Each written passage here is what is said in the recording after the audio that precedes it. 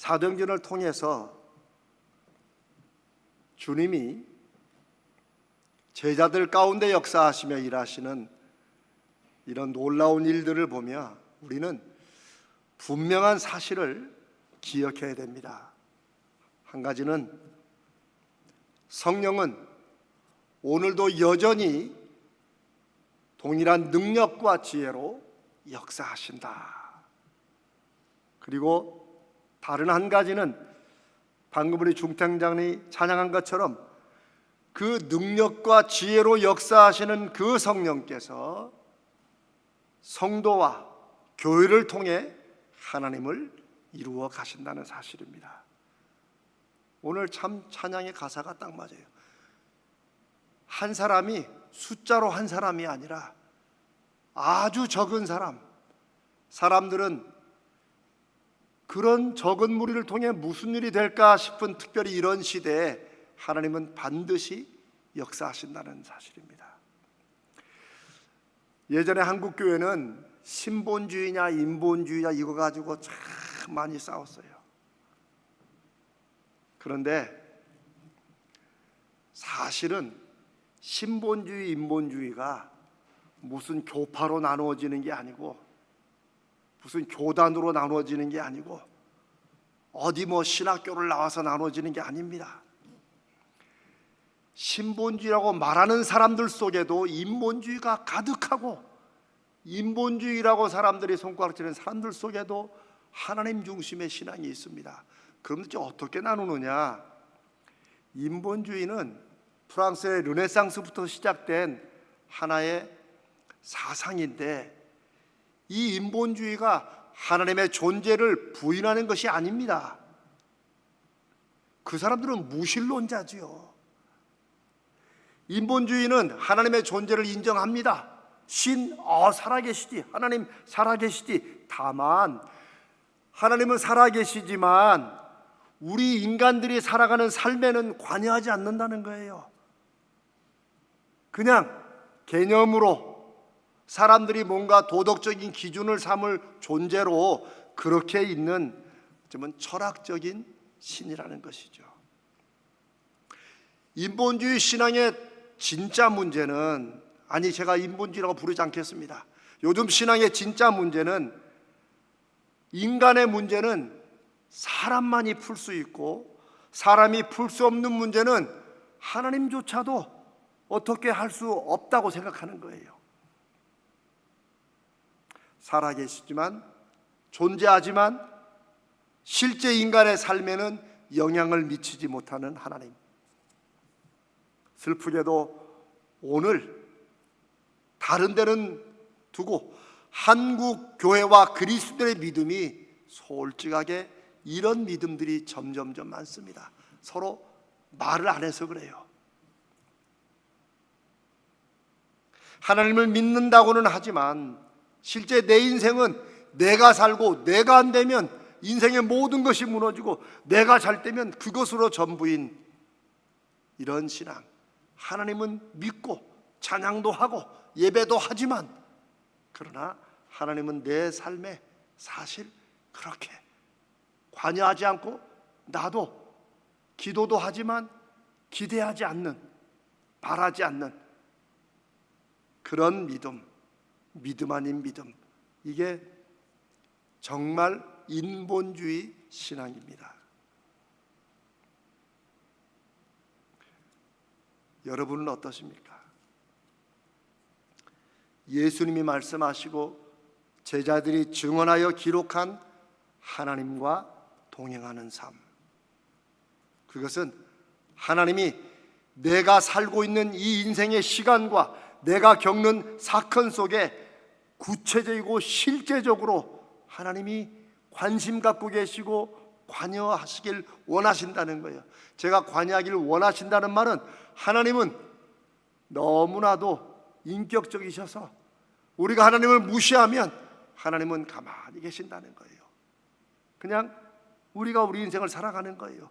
그러나 하나님이 내 인생과 결정의 방향을 하나님이 함께 해주시길 원하시고 내가 그걸 원하고 바라면 그러면 그분이 역사하시고 우리가 깜빡 잊은 그 순간에도 다시 그분을 바라보면 그분이 우리 삶을 지혜로, 때로는 감동으로, 때로는 강력한 의지로 우리를 이끌어 주신다는 거예요. 하나님의 이런 실제적인 인도를 받기 위해서는 좀 듣고 좀 배워야 될, 그리고 또 그대로 해봐야 될 이런 연습이 필요합니다.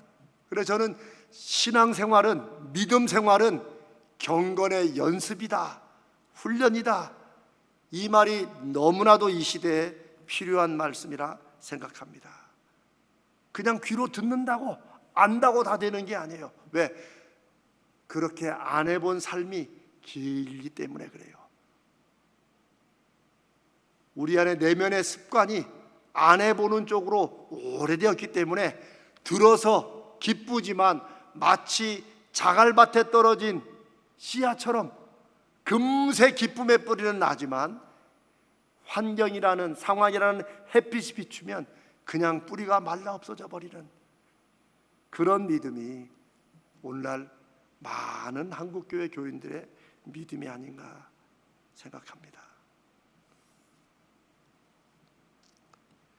만약에 신앙생활이 요즘의 사람들이 다 말하는 어떤 종교적인 수련이나 묵상이나 요즘 마음 챙김이라는 말도 참 잘 쓰더라고요. 중요한 말인데 이게 마치 신앙생활의 전부인 것처럼 내가 내 마음을 챙기는 이런 정도가 주님이 이 땅에 오셔서 죽으시고 부활하신 신앙생활의 전부라면, 예수님이 굳이 부활하시고 다시 이제 하늘로 올라가시기 전에 제자들에게 내가 성령을 보내줄 테니 그 성령을 기다려라, 나를 믿는 자는 내가 하는 일을 그 사람도 할 것이고 그보다 더 큰 일도 할 것이다, 내가 아버지께 성령을 보내주시라고 내가 구했고 그분이 오실 것이다, 굳이 성령 얘기를 안 하셨을 거예요.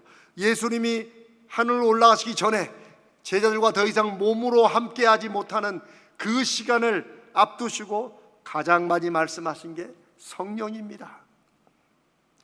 예수님이 왜 자꾸 성령을 반복해 말씀하시고 당부하시고 명령하셨을까요? 그건 하나님이 함께 하시는 분, 하나님이 함께 사시는 분이기 때문이에요. 그리고 예수님의 또 다른 이름이 뭐예요? 임마누엘이에요. 우리와 함께 하시는, 눈에 보이고 실제 만질 수 있고 함께 살아갈 수 있는 하나님, 하나님이 예수 그리스도를 통하여 하나님의 하나님 되심을 보여주신 거예요. 그런데 이제 주님이 다시 하늘로 올라가시니 그러면 또 어떻게, 임마누엘이 어떻게 됩니까? 주님께서 그 이후로 모든 하나님의 역사는 주님이 약속하시고 주님이 하나님께 요청하셔서 이 땅에 오신 하나님의 영, 그분은 주님의 영이라고도 부릅니다. 주님이 영으로 함께 하신다고 해도 틀리지 않습니다. 우리가 이런저런 신학적으로 이 틀리네 맞네, 아닙니다. 우리는 어차피 지식의 한계가 있습니다. 우리의 삶도 제대로 파악하지 못하는 우리가 어떻게 하나님 존재의 삼위일체를 감히 다 알 수 있다는 것입니까? 그러니 주님의 영이신 성령을 통하여 주님은 육신으로 오셨던 그때보다도 더 실제적이고 더 구체적으로 모든 믿는 사람들과 함께 살아가신다. 이것 때문에 주님이 성령을 기다리라고, 성령이 임하면 너희가 권능을 받고 예루살렘과 온 유대와 사마리아와 땅끝까지 이르러 내 증인이 되리라고 하신 거예요. 이걸 한국교회나 세계교회 역사 속에서 이것을 그냥 전도해서 사람을 채우는 것으로만 잘못 이해했어요. 증인은 그런 게 아닙니다.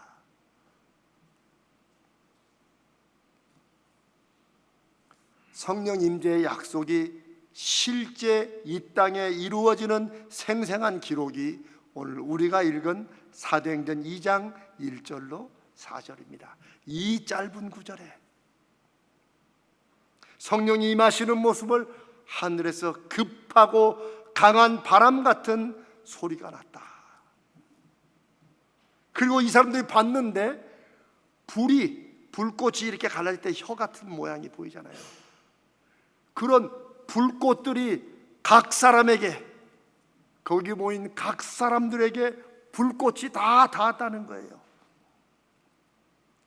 실제 듣고 보지 않았으면 이렇게 말할 수 없는데, 사도행전을 기록한 의사 누가는 굉장히 지적이고 이성적이고 합리적인 사람이었어요. 한두 사람이만 들은 게 아니고 당시에 120명이 있었다고 그러는데, 그들의 대부분이 사도 바울 때도 살아있었다고 하니 누가 때야 얼마나 살아있었겠죠. 그래서 몇 번이고 확인했을 것입니다. 그러나 우리가 오해하지 말 것은, 이렇게 인류 역사 최초로 사람들에게 성령이 들리는 소리로 보이는 불꽃처럼 임하신 이 모습은 그때 임하신 것이지, 우리가 예수 믿고 성령을 받았다고 할 때 아니 나는 그 바람 소리도 못 들었고 불꽃도 안 임했는데, 아닙니다. 그건 그때의 소리와 모습은 특정한 한 번에, 왜 그러겠어요? 분명하게 임하셨다는 거. 만약에 처음 성령이 주님 말씀하신 것처럼 그냥 바람처럼 보이지 않고 그냥 그 성령이만 결과만 나타났다면 온갖 혼란이 다 일어났을 거예요. 그러나 그때 성령이 들리고 보이는 모습과 소리로 임하신 다음에, 그 다음부터 성령이 임하시는 것은 그 성령을 받은 사람들의 삶이 어떻게 변화되는가. 주님 말씀하신 딱 그대로 바람은 임으로 불어요. 바람은 누구한테 불었는가, 어디로 불었는가, 언제 불었는가 모를지라도 바람이 불고 난, 바람을 맞고 난, 바람이 그 안에 임하고 난 사람의 삶에는 반드시 변화가 있다는 사실입니다. 사랑하는 여러분, 그 증거가, 첫 번째 증거가 성령이 임한 사람들이, 성령을 받은 사람들이 어떻게 달라지는가를 가장 잘 보여주는 게 바로 제자들이었습니다. 사도 베드로부터 12 제자들은, 제가 여러 번 말하지만 이들은 예수님 계실 당시에 말씀을 들어도 깨닫지 못하고, 어쩌면 오늘날 우리처럼 자기들 편한 대로, 이익대로 그렇게 이해했어요. 엉뚱한 말과 행동을 많이 했어요. 심지어 주님을 부인하기도 했어요. 그러나 성령이 그들에게 임하시자 겁 많고 이기적이던 제자들이 예수 부활과 복음을 위해 순교조차 두려워하지 않고 모든 12 제자가 다 순교했다는 사실, 그리고 그 후로 기독교 2000년 교회 역사 속에서 수많은 사람들이 실제 목숨을 던진 순교를 했고, 어떤 사람은 삶을 바치고 헌신하는 이런 일들이 지금까지도 이어지고 있고, 저와 여러분이 바로 그 시대 속에서 복음 전파와 증거의 사명의 바톤을 받고 있는 사람들이라고 믿습니다. 제가 한번 다른 식으로 설명을 해보겠습니다. 여러분, 어떤 물건을 사든지 제품 사용 설명서가 조그맣게 붙어 있죠. 여러분 읽으십니까? 보통 잘 안 읽어요. 대충 보면 우리가 하도 써봐서 안다고 생각해서. 근데 저는 꼭 읽어야 되는 걸 안 읽었다가 낭패를 당한 일이 생각보다 여러 번 있더라고요. 얼마 전에 제가 그 노트북 연결하는 그 코드를 하나 샀어요. 전기선 코드를. 근데 플라스틱 박스에 이렇게 오잖아요. 가위로 이렇게 자르다가 그게 그렇게 연결될 줄 몰랐어요. 그냥 대가리를 뚝 자른 거예요. 너무 황당했어요. 제가 순간에, 아니 왜 손 머리를 왜 이쪽으로 빼놔? 그런데 뒤집어 보니까 거기에 절대 가위를 사용하지 말라고 가위에다가 빨간 걸로 이렇게 그어놨더라고. 제가 그것도 안 본 거예요.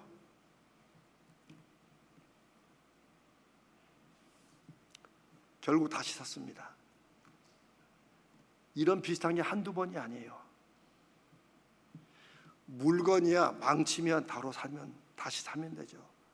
그러나 우리 인생을 그렇게 산다면 후회해도 돌이킬 수 없는 시간을 딱 맡아들일 때 그것은 복구도 불가능하고 그리고 그것으로 끝인 것입니다.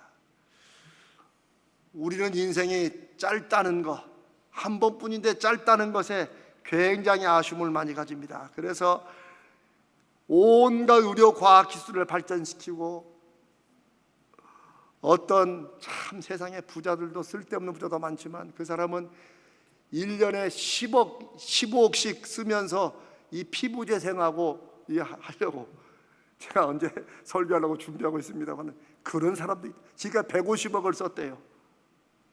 근데 결론이 뭔 줄 아세요? 그냥 먹고 싶은 거 건강하게 먹는 것이 좋다. 야, 그 결론 얻으려고 150억이나 썼다니. 근데 지금도 그렇게 한대요. 또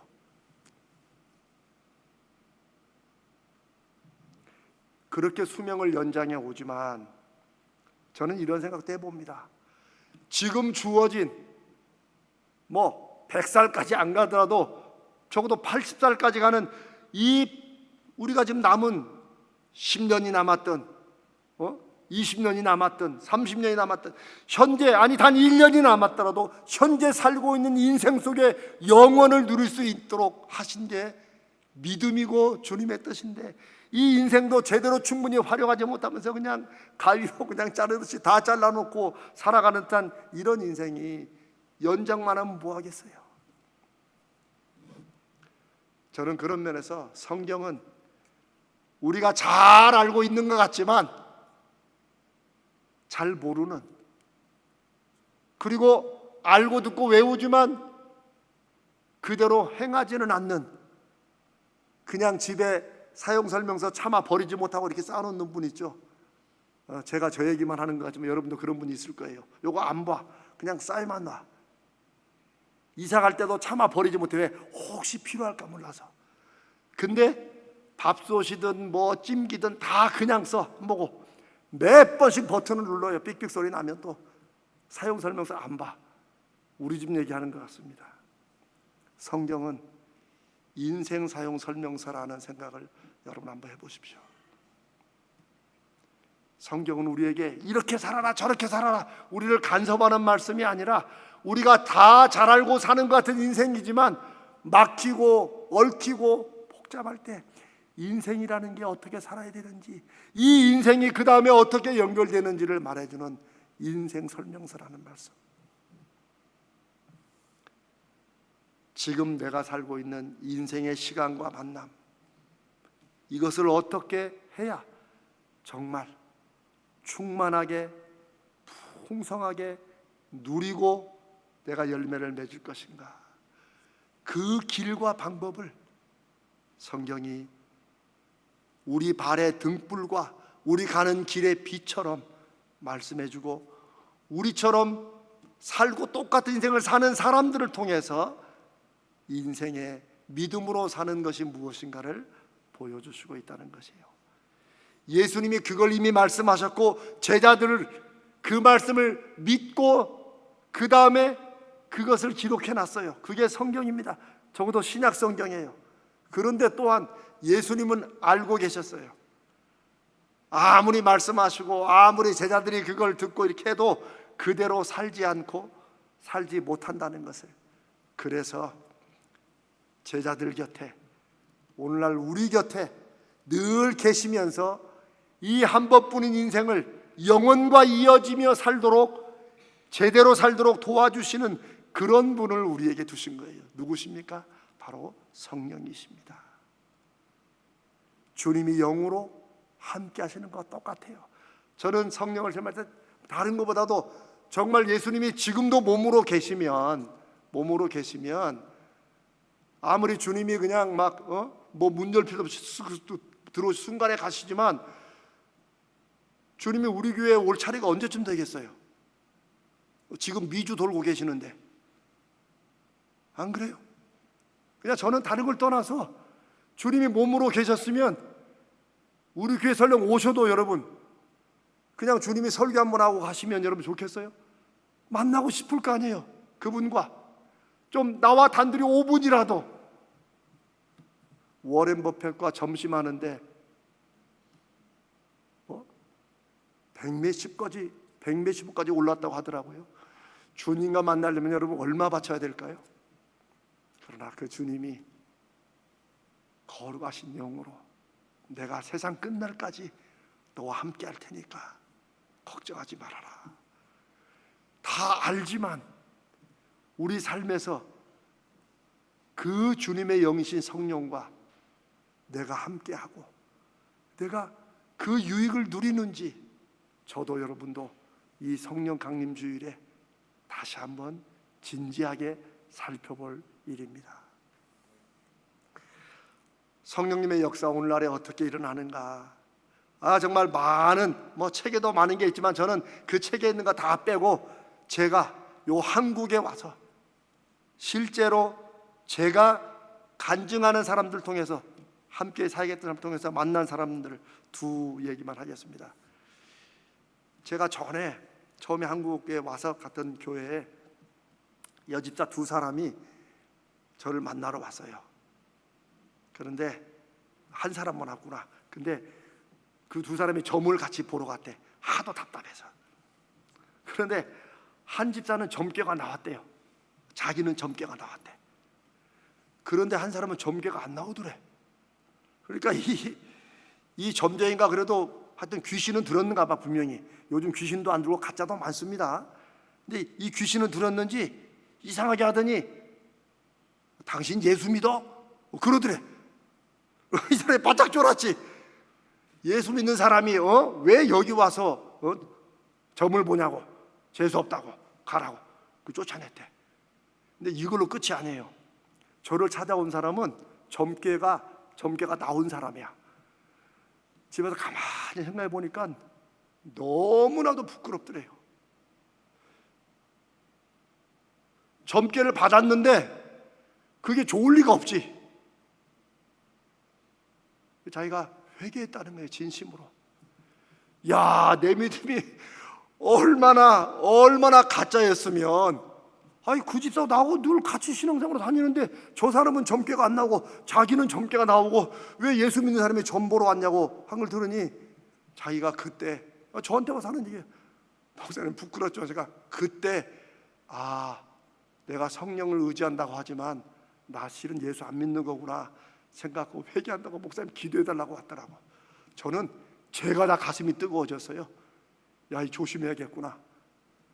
나는 절대 점 보러 안 가지만은 점 보러 안 가더라도 성령이 함께 하시는 사람의 모습과 증거가 늘 있어야겠구나. 제가 그거 하나 느꼈습니다. 두 번째는 미국 사는 처형이 제 아내한테 전화를 한 적이 있어요. 우리 여기 몇 번 왔던 그 키 큰 아가씨가 저희 이제 큰 조카인데 에스더가 우리 떠나고 나서 이 고등학교 때 남미로 선교 여행을 갔어요. 그래서 이제 이분들은 세탁소를 하니까 우리 처형이 세탁소에서 일을 하는데 갑자기 그 에스더가 엄마 하고 크게 부르더라는 거야. 그래서 얘 지금 선교 갔는데 왔나? 그런데 없지요. 그래서 그 느낌이 이상해서 세탁소 일을 놓고 그 딸을 위해 기도를 했대요. 이제 그러고 끝났지.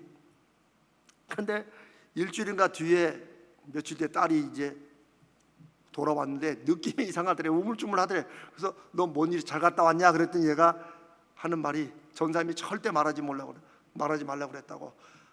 수영을 이렇게 하다가 바닷가에 수영을 하다가 얘가 그냥 푹 빠져들어간 거야. 그래서 꼴딱꼴딱 하다가 깊이 그냥 막 들어가는데 갑자기 손이 어디에서 손 같은 게 자기 발을 쑥 밀더래요. 그래가지고 훅 나와가지고 전사님이 발견해서 끄집어냈다고. 그리고 전사님이 절대 부모한테 얘기하면 안 된다고. 그럼 선교 다시는 못 간다고. 근데 가만히 물어보니까 엄마 소리를 듣고 기도한 시간이라는 거예요. 여러분 책에서 보면 막 그러지 않겠지만 저는 제 아내와 처형의 말을 듣고 성령이 역사하시는 것은 여전하다. 여러분 이런 일들이 막 여러분에게 몇 번씩 있겠습니까? 그러나 저는 가까운 사람 한 사람에게서 그 얘기를 들어도 우리는 확신할 수 있는 것입니다. 그리고 하나님 제 삶 속에 성령의 역사하심이 뭐 어떻게 나타나든 믿음으로 믿고 살아가는 저에게 역사하시는 은혜의 증거를 보여주시고 나타내 주시옵소서. 이게 저와 여러분이 오늘 이 성령 강림 주일에 다시 믿음으로 확인해야 될 일이라고 믿습니다. 여러분, 성령은 우리가 사람을 말할 때 지, 정, 의 얘기하잖아요. 지식과 감정과 우리의 의지, 여기 다 역사합니다. 예전에 어떤 교단은 감정에만 역사하는 걸로 생각했어요. 그렇지 않습니다. 성령 우리의 전인을 통해 역사하는데 그냥 쉽게 지정의를 통해 역사하십니다. 성령은 지혜와 지식으로 우리가 어떤 일을 깨닫지 못하고 답답해서 보지 못할 때 우리의 지식을 열어주십니다. 그래서 저는 공부하는 아이들에게 하나님께, 성령께 지식을, 지혜를 열어주시라고 기도합니다. 성령은 우리에게 감동을 주셔서 남들 보지 못하는 것을 보게 하실 때가 있습니다. 남들이 듣지 못하는 것이 마음속에서 들리는 것처럼 들리게 하실 수가 있는 거예요. 우리 아까 그 처형처럼. 그러니 너무 성령을 이렇게 막 감정이 이렇게 뛰는 것이 좀 싫어서 가만히 있는 분들은 성령이 역사하시면 아주 중요한 한 부분 놓치는 거예요. 그래서 우리는 뭐 찬양할 때 막 박수 칩시다 이렇게는 안 하지만 이 마음이 찬양할 때나 이럴 때 올라오면 그대로 따라가야 됩니다. 왜냐하면 성령께서 그런 때를 주시기 때문입니다. 그래서 여러분, 예수 안 믿다가 믿은 어떤 사람이 술을 좋아하는 사람인데 저한테 그런 말도 하더라고요. 자기가 예수 믿기 전에는 예수 믿는 사람들 보면 야, 저 사람들 술도 안 먹고 저렇게 신날 수 있나? 술을 안 먹어도 신날 수 있는 사람이라는 게 참 특이했다는 거예요. 근데 자기가 예수 믿고 나니까 술로 흥분할 필요가 없다는 거예요. 술로 기분 좋을 필요가 없는 게 바로 예수 믿는 사람이고, 그 사람 수준에 말했지만 저는 성령이 그 마음을 움직이시고 일하신다고 저는 그렇게 믿습니다. 또한 성령은 의지를 통해 역사하십니다. 남들 다 쭈그려 앉아있고 주저앉고 앉을 때 우리 안에 불쑥 이거 해보자, 하나님이 함께 하시면 이거 뭐 이겨내야지, 넘어가야지, 세상은 강한 사람이 살아남는 게 아니라 살아남는 사람이 강한 사람이다, 그런 것에 막 감동하고 이러는데 우리는 성령의 함께 하심으로 우리의 지식이 닫히고 우리의 감정은 메마르고 우리의 의지는 빈약해진다면 대체 성령을 믿고 주님이 내가 세상 끝날까지 함께 하겠다고 하신 그 약속을 우린 뭘로 믿고 살아가는 것입니까? 사랑하는 여러분, 성령의 역사하심을 받기 위해 성령이 와주시기를 구할 필요 없습니다. 이미 성령은 저와 여러분과 함께 하십니다. 여러분 안에 우리가 주의 이름으로 모일 때 우리가 구할 것은 성령님 역사해 주시옵소서. 성령님의 움직이심과 이끄심에 제가 따라가도록, 내 생각으로만 매이지 말고 때로는 내 생각도 내려놓고 성령이 깨닫게 해주시는, 내 감정에만 눌려가지 말고 하나님이 주시는 성령의 감동으로 다시 의지도, 이미 함께 하시는 성령을 다시 붙잡고 그분께 묻고 간구하고 인도하심에 순종하는 이런 성령 충만한 여러분 되시기를 주님의 이름으로 축복합니다. 기도합시다.